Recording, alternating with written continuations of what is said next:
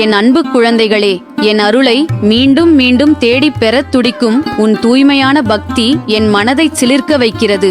ஆடி மாதத்தின் மகிமையையும் மகாலட்சுமியின் வருகையையும் ஆடிப்பூரத்தின் உன்னதத்தையும் இன்னும் ஆழமாக பிரபஞ்ச ரகசியங்களோடு உனக்கு அருள்வாக்காக உணர்த்துகிறேன். பார் குழந்தையே, ஆடி மாதம் பிறந்ததுமே உத்தராயண காலம் முடிந்து தட்சிணாயன காலம் தொடங்குகிறது. அதாவது பிரபஞ்சத்தின் இயக்கம் தேவலோகத்தில் இருந்து பித்ருக்களின் பக்கம் திருப்பப்படுகிறது.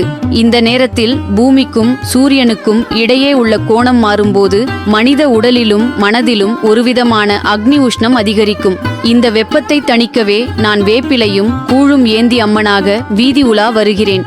வேப்பிலை என்பது வெறும் செடி அல்ல, அது என் உடலின் அம்சம்.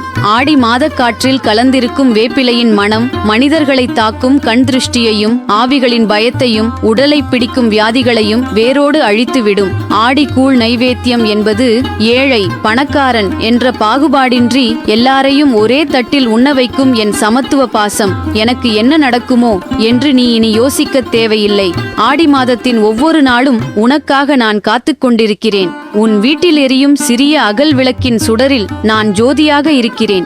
உன் நம்பிக்கையில் நான் உயிராக இருக்கிறேன். பிரபஞ்சத்தின் எந்த மூலையில் நீ இருந்தாலும் உன் மனக்குமுறலும் உன் தேவைகளும் எனக்கு கேட்கும். ஆடி மாதம் முழுவதும் நான் விழித்திருந்து என் பிள்ளைகளை காக்கும் தாய்.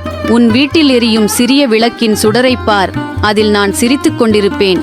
உனக்கு வரவிருக்கும் தடைகள் அனைத்தும் பனி போல விலகும். அஞ்சாதே, மகாலட்சுமியின் பேரருளும் என் பூரண காவலும் உன்னை சுற்றி ஒரு கவசமாக எப்போதும் இருக்கும். நீ நெஞ்சார நினைக்கும் எந்த ஒரு நல்ல காரியமும் நிச்சயம் நிறைவேறும். மனதில் இருக்கும் நியாயமான ஆசைகளையும் எண்ணங்களையும் நான் அறிவேன். உன் கண்ணீரையும் ஏங்கிக் கிடக்கும் மனதையும் பார்த்து கொண்டு இந்த தாய் சும்மா இருந்து விடமாட்டேன். உன் நம்பிக்கையை மட்டும் கைவிடாமல் பிடித்துக்கொள். தடைகளாக நின்ற மலைகள் அனைத்தும் பனியாக உருகி நீ நினைத்த காரியம் சாதகமாக முடிவதைக் கண்டு உன் பேரானந்தம் என்றென்றும் நிறைந்திருக்கும். மகாலட்சுமியின் வருகையை பற்றி இன்னொரு ரகசியமும் சொல்கிறேன். குழந்தையே, மகாலட்சுமி தனியாக வருவதில்லை. அவளோடு தானியம், தைரியம், வெற்றி மற்றும் நல்ல எண்ணங்கள் சேர்ந்தே வருகின்றன. ஆடி மாதத்தில் வேப்பிலை சாற்றி கூழ் வார்த்து ஏழைகளுக்கு பகிர்ந்து கொடுக்கும் ஒவ்வொரு கையிலும் மகாலட்சுமி தானாக வந்து அமர்கிறாள். பகிர்ந்து கொடுக்கும் இடத்தில் நான் நிரந்தரமாக இருப்பேன் என்பது மகாலட்சுமியின் வாக்கு. உன் கை பிறருக்கு உதவும் கையாக இருக்கும்போது என் லட்சுமி உன்னை விட்டு எங்கே போவாள்? இந்த புனிதமான ஆடி மாதத்தில் உன்னை தாங்கும் அன்னையின் அருள்மழையால் உனக்கு கிடைக்கப் போகும் முதல் அதிசயம் மன அமைதியும் நீடித்த ஆரோக்கியமும் தான். இத்தனை நாட்களாக உன்னை ஆட்டிப்படைத்த நோய்களும் தீராத மனக்கவலைகளும் அம்மனின் வேப்பிலை வாசத்திலும் தீர்த்த பிரசாதத்திலும் மெல்ல மெல்ல மறைந்து போகும். உன் இல்லங்களில் நேர்மறை ஆற்றல் பெருகி உடலிலும் மனதிலும் புதுத்தெம்பும் மகிழ்ச்சியும் நிறையும் அற்புதத்தை நீங்கள் அனைவரும் உணர்வீர்கள். ஆடிப்பூரம் என்பது உலகை காக்கும் என் அவதார நாளாகவும் சூடிக் கொடுத்த சுடற்கொடியான ஆண்டாள் அவதார நாளாகவும் போற்றப்படுகிறது. இந்த புனித நாளில் அம்மனுக்கும் ஆண்டாளுக்கும் வளையல் சாற்றி வழிபடுவது குடும்பத்தில் மகிழ்ச்சியையும் மங்களகரமான சூழ்நிலையையும் உருவாக்கும். சாற்றப்பட்ட அந்த வளையல்களை பிரசாதமாக அணிந்து கொள்வது சகல சௌபாக்கியங்களையும் அள்ளித்தரும். வேப்பிலை மணமும் சந்தன குளிர்ச்சியும் வீசும் என் அன்பு குழந்தையே, ஆடிப்பூரம் ஒரு தாய் தன் குழந்தையை சுமக்க தயார் நிலைக்கு வரும் பேரானந்த நாள்தான் ஆடிப்பூரம். ஆடிப்பூரத்தின் மற்றொரு பெரிய ரகசியம் என்னவென்றால், அது பிரபஞ்சத்தின் தாய்க்கும் மகள்களுக்கும் இடையே உள்ள சொந்த பந்தத்தை கொண்டாடும் நாள். ஆடிப்பூரத்தன்று எனக்கு சாற்றப்பட்ட வளையலை ஒரு பெண் தன் கைகளில் அணிகிறாள் என்றால் அது வெறும் கண்ணாடி வளையல் அல்ல, அது என் காப்பு. என் கரங்களால் அவளுக்கு கொடுக்கப்படும் பாதுகாப்பு சக்கரம். அந்த வளையலின் ஓசை ஒலிக்கும் இடத்தில் எந்த ஒரு கெட்ட சக்தியோ மனப்பயமோ நிற்க முடியாது. அன்பு மற்றும் மங்களத்தின் உச்சக்கட்டம் அது. பூலோகத்தில் காமாட்சியாக ஆண்டாளாக நான் உதித்து என் பக்தர்களின் குறை தீர்க்க அவதரித்த நன்னாள். ஆடிப்பூரத்தன்று எனக்கு சாற்றப்படும் வளையல்கள் வெறும் அலங்காரமல்ல, அது என் தாய்மையின் பேரருள். என்னை நாடி வரும் கன்னியருக்கு நல்ல வரனையும் பெண்களின் தீர்க்க சுமங்கலி பாக்கியத்தையும் மழலை செல்வத்தையும் அள்ளித்தரும் மகத்தான நாள் அது. அந்த நாளில் எனக்கு சாற்றப்படும் வளையல்கள் வெறும் கண்ணாடி அல்ல, அது பிரபஞ்சத்தின் அலைவரிசையை ஈர்க்கும் தெய்வீக அதிர்வு. ஆடி வெள்ளிக்கிழமைகள் மிகவும் உகந்த நாட்களாகும். இந்த நாட்களில் வீடெல்லாம் தூய்மை செய்து வாசலில் மாக்கோலமிட்டு நெய் தீபமேற்றி வழிபடுவது அளப்பரிய நன்மைகளை தரும். ஆடி வெள்ளிக்கிழமைகளில் என் மகாலட்சுமியின் அம்சம் ஒவ்வொரு இல்லத்திலும் வீற்றிருக்கும். மகாலட்சுமி என்பது வெறும் செல்வத்தை மட்டும் குறிப்பதல்ல. மன அமைதி, தானிய லட்சுமி, தைரிய லட்சுமி, வித்யா லட்சுமி என அஷ்டலட்சுமிகளின் அருளும் அந்த நாட்களில் உங்கள் வீட்டின் வாசற்படியை கடந்து உள்ளே வரும். விளக்கேற்றி வாசலில் கோலமிட்டு தூப தீபங்கள் காட்டி என்னை அழைக்கும் இல்லங்களில் வறுமை ஓடிவிடும். லட்சுமி கடாட்சம் நிலைத்து சுபிட்சமும் செல்வச் செழிப்பும் பெருகும். என் குழந்தையே, மகாலட்சுமி என்பவள் வானத்திலிருந்து திடீரென கீழே குதிப்பவள் அல்ல. ஆடி வெள்ளிக்கிழமைகளில் நீ உன்னுடைய வீட்டை சுத்தம் செய்து வாசலில் அரிசி மாவால் கோலமிட்டு மகாலட்சுமியை அழைக்கும் போது அவளது பாதம் உன் வாசற்படியில் பதிகிறது. ஏன் அரிசி மாவு கோலம் தெரியுமா? எறும்புகளுக்கும் சிறு உயிர்களுக்கும் உணவளிக்கும் அந்த இரக்க குணம்தான் மகாலட்சுமியை உன் வீட்டிற்குள் இழுத்து வருகிறது. ஆடி வெள்ளியில் நீ ஏற்றி வைக்கும் காமாட்சி விளக்கின் ஜோதியில் மகாலட்சுமி ஜோதி சொரூபமாக அமர்கிறாள். அவள் வரும்போது செல்வத்தை மட்டும் கொண்டு வரவில்லை, உன் குடும்பத்தில் இருக்கும் தேவையற்ற தகராறுகளை நீக்கும் மன அமைதி, நோய் நொடிகள் அண்டாத ஆரோக்கியம், தோல்விகளைக் கண்டு அஞ்சாத தைரியம், படிப்பு மற்றும் தொழிலில் உயரும் ஞானம், இவை அனைத்தையும் அள்ளிக் கொடுக்கவே என் மகாலட்சுமி ஆடி வெள்ளிகளில் உன் இல்லம் தேடி வருகிறாள். ஆடி மாதம் என்பது வெறும் பக்தி மாதம் மட்டுமல்ல, அது இயற்கைக்கும் உனக்கும் இடையே உள்ள தெய்வீக தொடர்பை புதுப்பிக்கும் காலம். ஆடி மாதத்தின் காற்று வீசும்போது அது என் சக்தியின் பெருமூச்சு. ஆடிப்பெருக்கு அன்று பெருக்கெடுத்து ஓடும் காவேரியும் நீர்நிலைகளும் வெறும் நீரல்ல, மனிதர்களின் பாவங்களையும் மனக்கவலைகளையும் அடித்துச் சென்று பூமிக்கு உயிர் கொடுக்கும் என் தாய்மையின் அமிழ்தம். ஆடிப்பெருக்கு நாளில் நீ என் நதியை, நீரை வணங்கினால் உன் வாழ்வின் துயரங்கள் அனைத்தும் அடித்துச் செல்லப்பட்டு புதிய ஒளி பிறக்கும். ஆடிப்பூரத்தின் மற்றொரு பெரிய ரகசியம் என்னவென்றால், அது பிரபஞ்சத்தின் தாய்க்கும் மகள்களுக்கும் இடையே உள்ள சொந்த பந்தத்தை கொண்டாடும் நாள். ஆடிப்பூரத்தன்று எனக்கு சாற்றப்பட்ட வளையலை ஒரு பெண் தன் கைகளில் அணிகிறாள் என்றால் அது வெறும் கண்ணாடி வளையல் அல்ல, அது என் காப்பு, என் கரங்களால் அவளுக்கு கொடுக்கப்படும் பாதுகாப்பு சக்கரம். அந்த வளையலின் ஓசை ஒலிக்கும் இடத்தில் எந்த ஒரு கெட்ட சக்தியோ மனப்பயமோ நிற்க முடியாது. ஆடி மாதம் என்பது இறை வழிபாட்டிற்கும் சக்தி வழிபாட்டிற்கும் மிகவும் உகந்த மாதமாகும். சூரியன் கடக ராசியில் பயணிக்கும் இந்த காலத்தில் பூமியில் ஆன்மீக ஆற்றல் அதிகரித்து காணப்படுகிறது. ஆடி மாதத்தில் செய்யப்படும் கூழ்வார்த்தல், விளக்கு பூஜை மற்றும் தான தர்மங்கள் குடும்பத்தில் இருக்கும் வறுமையை போக்கி சுபிட்சத்தை அள்ளித்தரும். அடுத்ததாக என் பூரண அருளால் உன் குடும்பங்களில் நிலவி வந்த தடைகளும் குழப்பங்களும் விலகி சுபகாரியங்கள் கைகூடி வரும் அதிசயம் நிகழும். நீண்ட நாட்களாக நிறைவேறாமல் தள்ளிப்போன நல்ல காரியங்கள், தொழில் மற்றும் வேலைவாய்ப்பில் இருந்த தேக்க நிலைகள் அனைத்தும் இந்த ஆடி மாதத்தில் அகலும். உன் இல்லங்களில் மகிழ்ச்சி வெள்ளம் பெருகி நிம்மதியும் சுபிட்சமும் என்றென்றும் நிறைந்திருக்கும். இறுதியாக பக்தர்களின் தியாகத்திற்கும் உண்மையான பக்திக்கும் கிடைக்கப் போகும் மிகப்பெரிய அதிசயம், நினைத்த காரியங்கள் அனைத்தும் தடைகளின்றி நிறைவேறுவதே ஆகும். ஆடி வெள்ளிக்கிழமைகளிலும் ஆடிப்பூரத்திலும் அன்னைக்கு நீங்கள் செலுத்தும் சிறு வழிபாடும் கூழ்வார்த்தலும் 1000 மடங்கு புண்ணியமாய் மாறி உங்களை காக்கும். நியாயமான பிரார்த்தனைகள் அனைத்தும் அம்மனின் பாதங்களை அடைந்து உன் வாழ்க்கையில் எதிர்பாராத நல்ல திருப்பங்களையும் அளவற்ற மகிழ்ச்சியையும் கொண்டு வந்து சேர்க்கும். வேப்பிலையின் நறுமணத்தோடும் குங்குமத்தின் மங்களத்தோடும் என் அன்பு குழந்தையை வாழ்த்துகிறேன். இந்த ஆடி மாதம் என்பது வெறும் மாதம் அல்ல, என் பூரண அருளும் லட்சுமி கடாட்சமும் நிறைந்த மாபெரும் தெய்வீக காலம். ஆடி மாதத்தின் துவக்கமே என் சக்தியின் வருகையை உலகிற்கு உணர்த்துகிறது. வெயிலின் தாக்கம் தணிந்து மழைக்காலம் தொடங்கும் இந்த ஆடி மாதத்தில் பூமியை குளிர வைத்து நோய்களை நீக்கி மக்களை காக்கவே நான் வேப்பிலை ஆடையுடனும் கூழ் நைவேத்தியத்தோடும் அம்மனாக எழுந்தருளுகிறேன். ஆடி மாதத்தில் காற்றில் கூட என் அருள் நிறைந்திருக்கும். என்னை மனமுருகி வழிபடும் வீடுகளில் நோய்களும் தீய சக்திகளும் அண்டாது அமைதியும் ஆரோக்கியமும் நிலைத்திருக்கும். உன் வாழ்வின் ஒவ்வொரு தருணமும் ஏதோ ஒரு மாபெரும் நுட்பமான பாடத்தை கற்றுத் தருவதற்காகவே வடிவமைக்கப்பட்டுள்ளது. துன்பங்கள் உன்னை நசுக்குவதற்காக அல்ல, உன்னில் ஒளிந்திருக்கும் பேராற்றலை வெளிக்கொணர்வதற்காகவே வருகின்றன. தங்கம் நெருப்பில் வேகாமல் ஆபரணமாவதில்லை, அதுபோலவே நீ சந்திக்கும் ஒவ்வொரு சவாலும் உன்னை மேன்மையான நிலைக்கு உயர்த்தும் அருள் வாய்ப்பாகும். என் பக்தர்களான வாழ்க்கையில் இருள் விலகி ஒளி வீசும் நேரம் வந்துவிட்டது. நீ எடுக்கும் ஒவ்வொரு நல்ல முயற்சியிலும் நான் உங்களுக்கு துணையாக நின்று பாதைகளை சீராக்கி வெற்றியை தருவேன். இதுவரை உங்களை சூழ்ந்திருந்த சோதனைகளும் தடைகளும் இனி சூரியனைக் கண்ட பனி போல விலகி ஓடும். மன உறுதியோடு இருங்கள். நீ எதை நன்மையென நினைத்து என் முன் வேண்டுகிறீர்களோ அதை உங்கள் கைகளில் மங்களப் பொருளாக கொண்டு வந்து சேர்ப்பது என் பொறுப்பு. என் அருள் என்றும் மீது நிறைவாக இருக்கும். என் அன்பு குழந்தையே, மனக்கவலையை தூக்கி போட்டுவிட்டு சந்தோஷமாயிரு.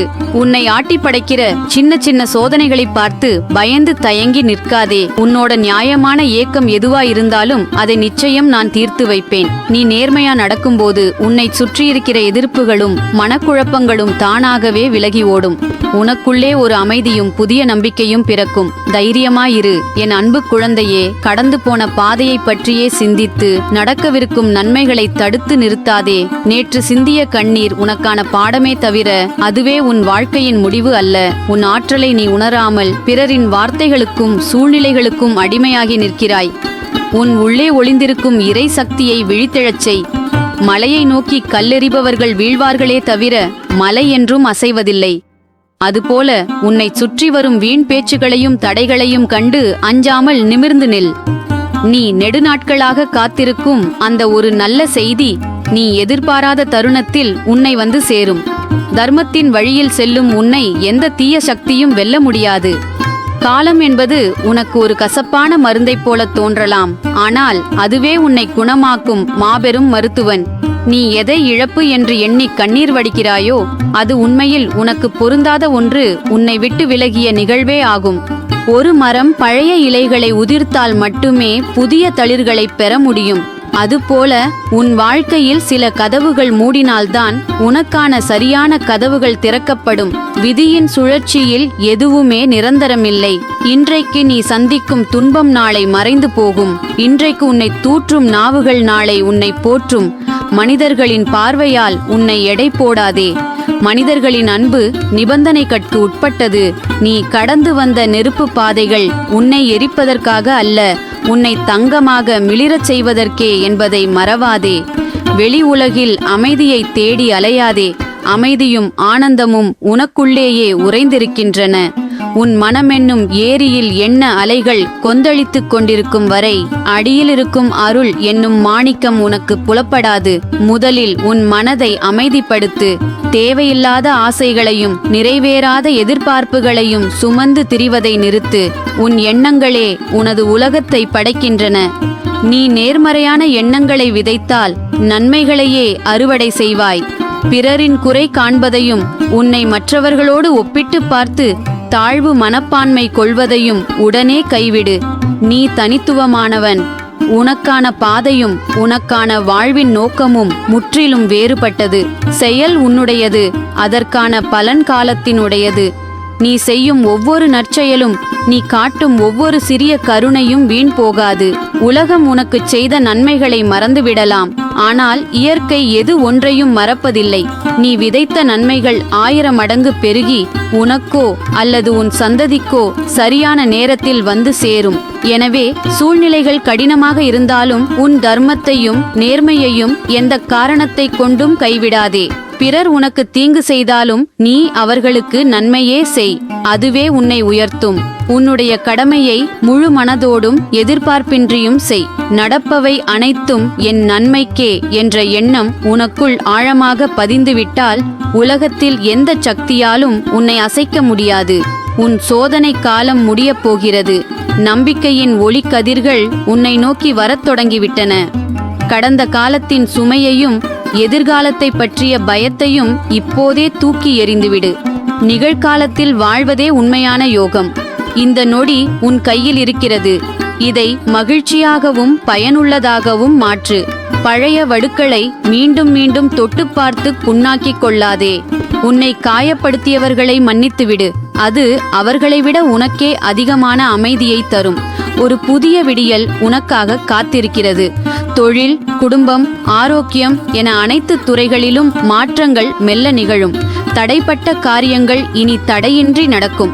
எந்த கரங்கள் உன்னை தள்ளிவிட்டனவோ அதே கரங்கள் உன்னை நோக்கி மரியாதையுடன் கூப்பும் காலம் தொலைவில் இல்லை.